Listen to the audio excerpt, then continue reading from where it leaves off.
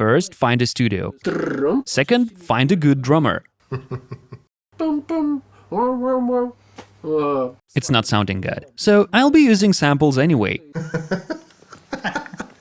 Welcome to part 2 of our Hertz Drums interview, where we continue discussing the work on Hertz Drums and have a chat with Daray from Dimmu Borgir. Be sure to check out part 1 and enjoy the show. So talking about tuning, did you tune the drums just by ear until they sounded good, or were you aiming for certain notes? What was that like? That was interesting too. At first, we would set up a whole kit and would test it in 4 or 5 tunings.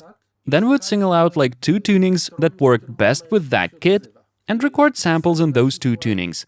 There are kits in the plugin that are tuned to a note, and all of the kits we've done so far have 5 toms. So we had to pay special attention to the intervals between the tom notes, and finding the best sounding intervals was not as obvious as it seemed at first. When we're recording a live drummer, we just ask them, play a tom fill. They play a fill, and if it sounds good altogether, we just move on.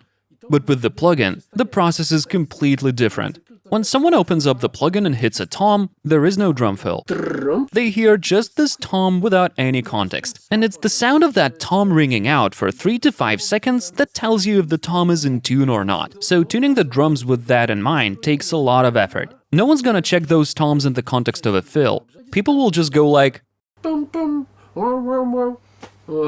it's not sounding good. So how many samples do you normally record for one instrument?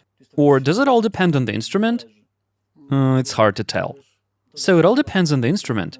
Well, let me put it this way. First, you've got dynamic variations, velocities. Yeah, velocities. Then you've got left and right hand samples, and they're recorded separately.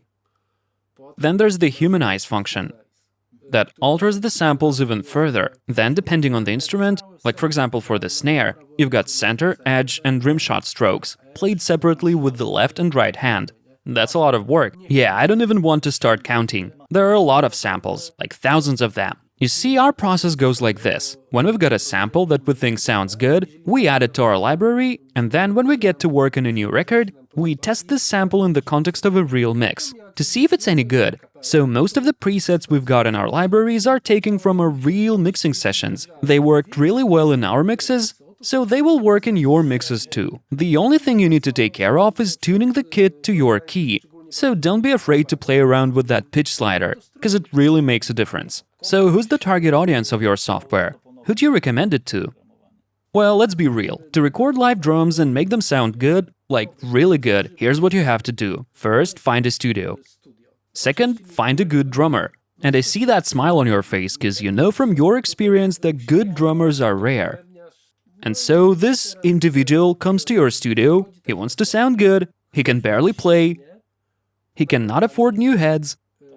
Yeah, and he's never changed them since he bought his kit. Yeah, and he wants to get the job done in 3 hours and sound like architects or bring me the horizon. So in the end, I'll be using samples anyway. Well, yeah, because there's just no other way to make it sound more or less like a finished product. So in our plugin, you've already got great sounding drums. And you even got real grooves if you want. Tell me more about the grooves. As far as I know, you're working with a bunch of people on that. And they're not just random people, and these are not just some random grooves. So I don't want you to drop names or anything, but anyway. Well, of course they're not random people. You see, the entire concept of drum replacement falls apart when it comes to the feel. Something special happens when a real drummer gets behind the kit and starts doing their thing, you know. So we really wanted to try and replicate that feel, make it as close to the real thing as possible. And give people an opportunity to jam with those drummers, help them in songwriting, and just inspire them with those grooves. We're now working with 3 artists on our next groove packs. They're all great players, they know exactly what they want to play and how to play that. How many records have you done here? A lot. Well, the room is completely different now, and the studio was in another building in this neighborhood back then. And that was where I recorded my first demo with the band Pt.2. So Pt.2 was your first ever record with Hertz? Yeah. Then there were like a million records with Vader. Yeah, and that was already here, but the room was still a bit smaller. And I've also done a couple of records in this exact room. Do you like this room? Well, of course I like it, but you know, the studio, the room, the gear, this is all important. But for me, it's more about the people. You know, the people you get to work with. The people who can provoke you in some way during the session. Give you a blast of energy. Was Wojtek provoking you?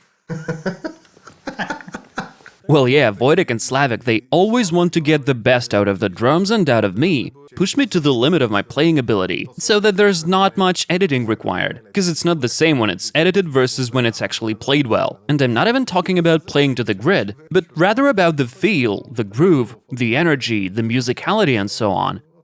Do you like coming here to Białystok to record? Sure, and there's also a really good diner over here called Topolanka, which we'll be heading to after the interview. Yeah, I like it too. God bless Białystok. I recorded my breakthrough albums here, and I learned a lot. After every session here, I was like on a completely new level playing-wise. Hertz is like metal mecca, isn't it? Yeah, everyone has recorded here, everyone. Not so long ago, we were doing a drum and bass clinic in Sweden with Victor, the bassist from Dimmu Borgir, and we had a Q&A session after that. And one of the fans told us that all Polish metal bands must have recorded at Hertz at some point, and only after that would they break through and get big. So that also has to mean something. So if there is something special in the sound of Polish metal, some kind of signature tone, then it most probably has been created here at Hertz. There's this option in the plugin called FX. I call it secret Polish sauce, because it emphasizes the transient in such a cool way and adds so much punch. But what is this really? Was it also recorded at the source? It depends on the pack you're using. Like, here's how it works in Metal Unlimited pack. Let's say you're recording a live drummer, and you're really liking the tone, the kick, the toms, the snare, and the drummer is just crushing it at slower tempos. But when they start playing faster, some of that punch and attack naturally disappears. So in the Metal Unlimited pack, we've got a set of presets that we call snap presets, where there's no direct sound from the drums, but just the isolated snappy transients. So usually you'd grab a transient designer to get the right amount of attack from the snare. But with these presets, you can just export your snare or kick as MIDI, put it on another track, open up the plugin, and automate the level of those transients in the mix. And did you use this analog gear to get those transients? Ah, this is our trade secret. Okay, I see. Well, I just call it Polish secret sauce, because no one else in the world can repeat that signature snappy attack sound. Thank you so much. Thanks, buddy.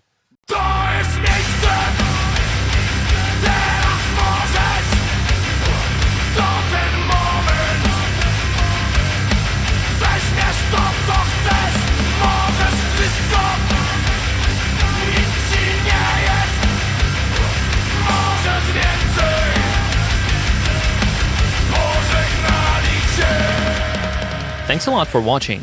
Don't forget to hit that like button and subscribe to the channel for more interviews, tutorials, and mixing tips. See ya!